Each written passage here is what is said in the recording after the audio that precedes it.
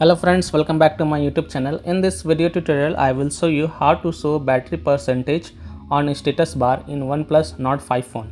So tap on settings, scroll down, then tap on notification and quick settings, then tap on status bar option. Now here you can see the battery style, it is vertical. You can also select horizontal, loop. So I have selected vertical, and then here you will see the battery percentage option is turned on.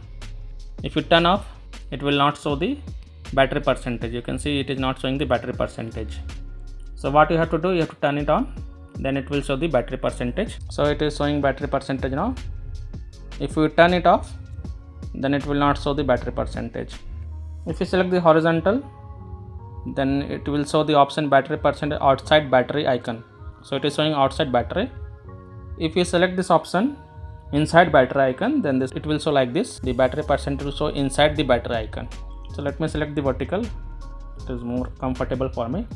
So by this way you can show the battery percentage on a status bar in OnePlus Nord 5 phone. So that's all for this video. If this video helped you, then please like and subscribe to my channel, share this video and hit the bell icon to get the latest updates. Thank you.